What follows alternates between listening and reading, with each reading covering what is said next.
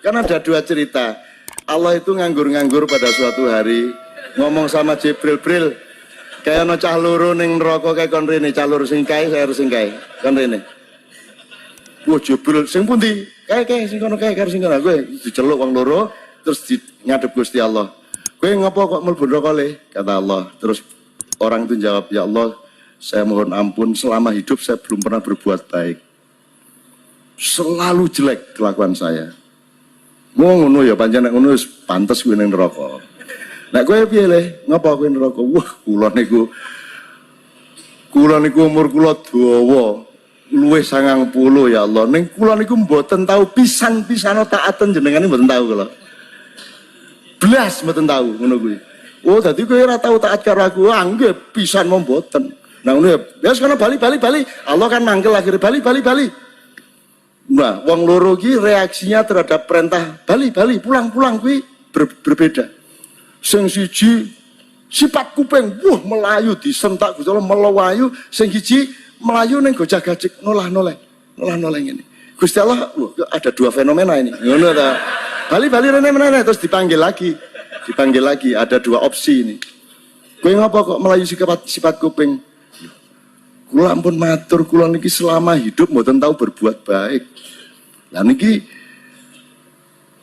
tiba-tiba jenengan perintah kon bali langsung melayu, lumayan ini saya berbuat baik sekali ini. No.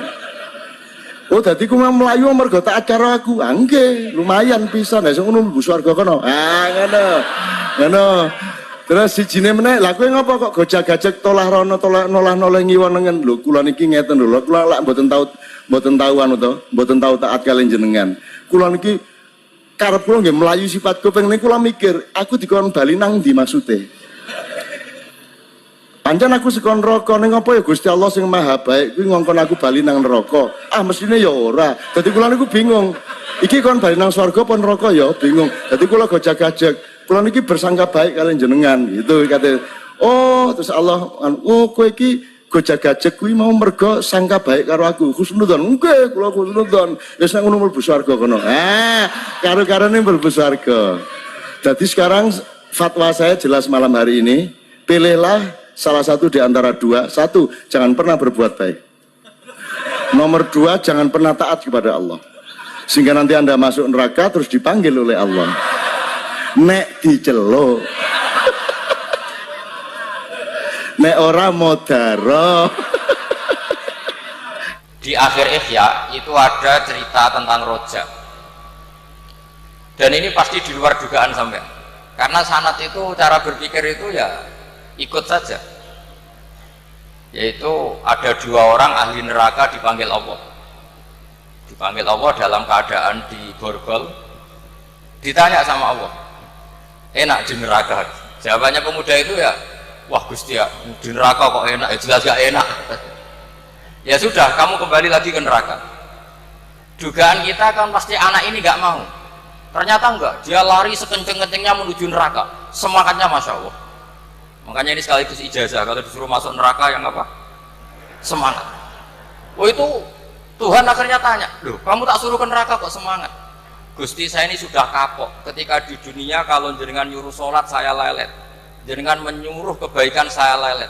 Sebagai bentuk kapok saya, dengan menyuruh saya ke neraka saya semangat, supaya saya nurut.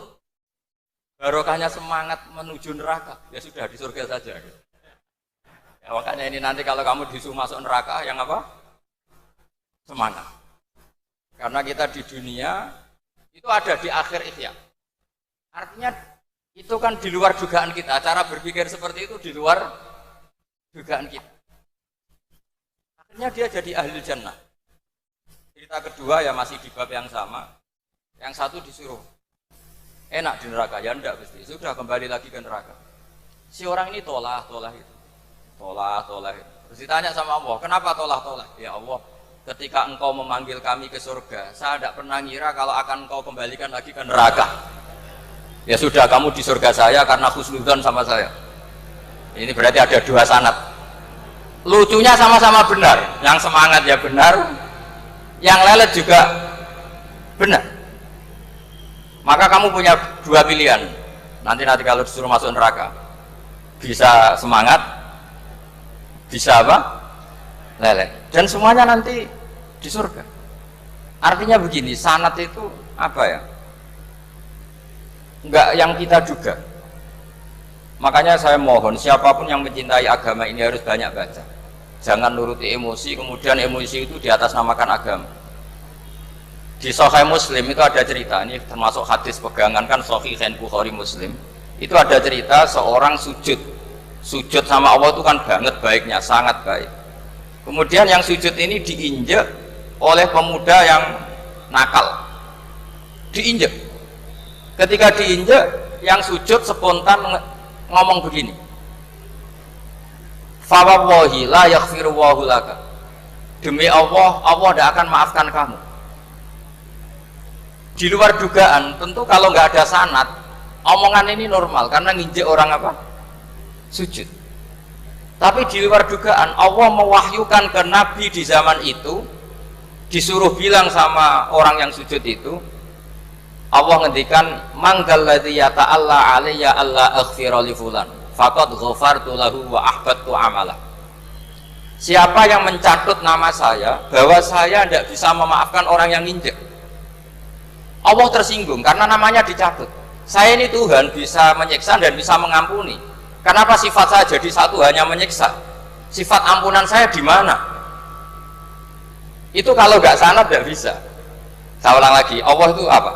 Zat yang bisa yaghfiru liman yasha wa yu'adzibu may yasha. Tapi orang yang sujud ini hanya mensifati Allah satu, yaitu Allah pasti menyiksa. Dan Allah tersinggung. Bagaimana mungkin saya Tuhan hanya berstatus bisa menyiksa, tidak bisa mengampuni? Akhirnya orang ini disalahkan, malah yang sujud tadi bilang ke orang itu, sujudnya saya hapus pahalanya, dan yang nginjek saya hapus dosanya. Tapi ya bukan berarti terus kamu boleh nginjek orang sujud, ya enggak. Artinya gini loh, saya hanya memperkuat moderator tadi, berpikir agama itu berdasar sanad. Kalau nuruti emosi pasti kita akan setuju Allah tidak ngampuni yang menginjak. Tapi berdasar sanad, berapa orang yang dulu melukai Nabi, bahkan punya niat membunuh Nabi, akhirnya ditobati oleh Allah Subhanahu wa Ta'ala. Siapa yang nggak tahu cerita Surakoh, orang yang niatnya membunuh Nabi, ditobati Allah. Siapa yang nggak tahu cerita Khalid bin Walid, orang yang punya konsep untuk mengalahkan Nabi di perang Uhud, juga akhirnya masuk Islam dan diampuni Allah. Banyak lagi tokoh kafir yang dulu musuhi Nabi akhirnya ditobati oleh Allah.